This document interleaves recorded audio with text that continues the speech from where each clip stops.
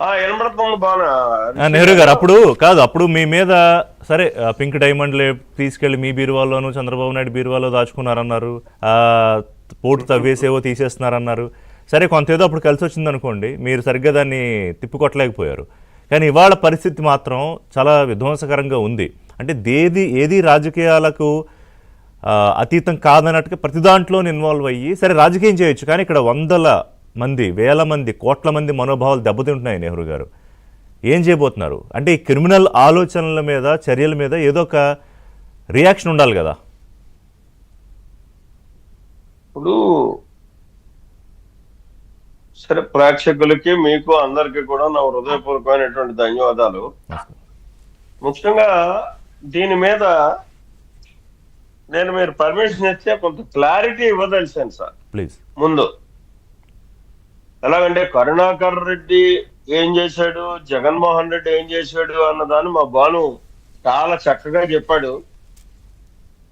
దానికంట అసలు ఏదైతే కరుణాకర్ రెడ్డి ఇవాళ అభియోగం చేస్తున్నాడో, తిరుపతి తిరుమల దేవస్థానం యొక్క విధానం మీద బురద జల్లాలని ప్రయత్నం చేస్తున్నాడో, దాని మీద మన భక్తులందరికీ కూడా ఒక అవగాహన ఉండాల్సినటువంటి అవసరం ఉంది. ఖచ్చితంగా.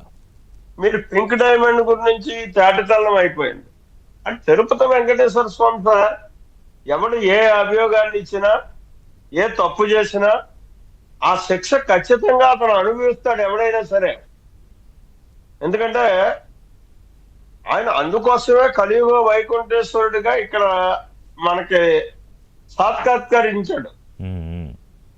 ఖచ్చితంగా దాని మీద ఎవడు ఎంత జాగ్రత్తగా ఉంటారో అంత ఉంటది. మీకు నేను ఒకటే చిన్న పాయింట్, ఇది అసలు అంటే సమయం కాకపోయినా చెప్పదలిసాను.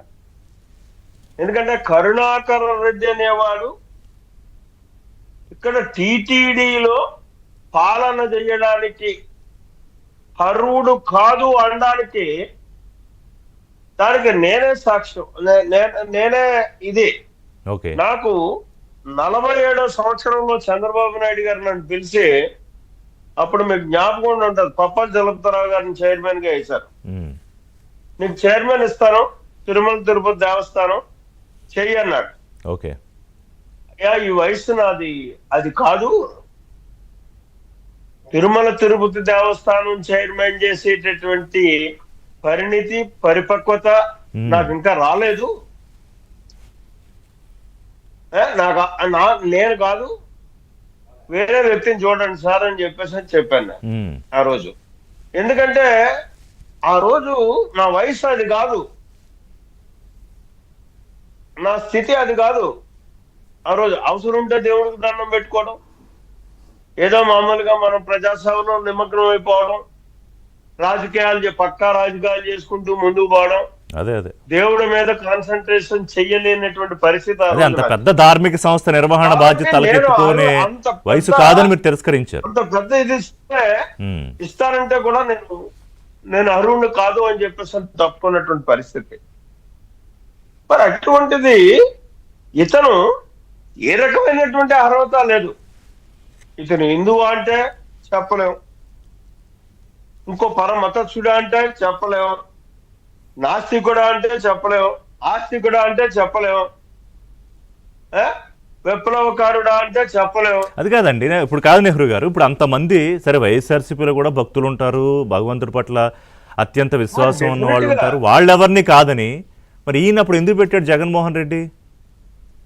ఈయన ఎందుకు పెట్టాడంటే మీకు ఒకటే, కలెక్షన్ సార్, కలెక్షన్ కింగ్ గా సమర్థిడుతున్నాం. మీకు ఒకటి చెప్తాను, ఎంత దారుణంగా చెప్తున్నవారంటే, రైల్వే స్టేషన్లోని, బస్ స్టేషన్లోని, మనం సినిమాల దగ్గర చూడండి, బ్లాక్ టెక్లెట్ మీకు కూడా వచ్చి పక్కన గోకి ఇలాగా 5-10 ఉంది, 5-10, 5-10 అంటాడు. అదే రకంగా తిరుమల రైల్వే స్టేషన్ లోని, బస్ స్టేషన్ లోని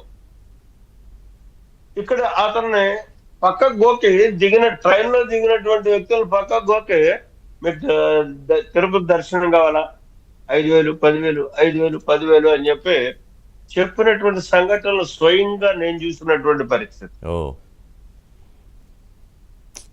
ఏంటి సార్, వీళ్ళు అందుకోసం సార్ సాక్షాత్తు భగవంతుడికి నైవేద్యం పెట్టేటటువంటి పదార్థాల్లోనే నేతిలోనే వీళ్ళు మనం అంటే అదే అదే అదే అంటున్నా ఇప్పుడు నెహ్రూ గారు, ఇదంతా ఏదో యాదృచ్ఛికంగా జరిగింది కాదు, ఒక కుట్ర ప్రకారము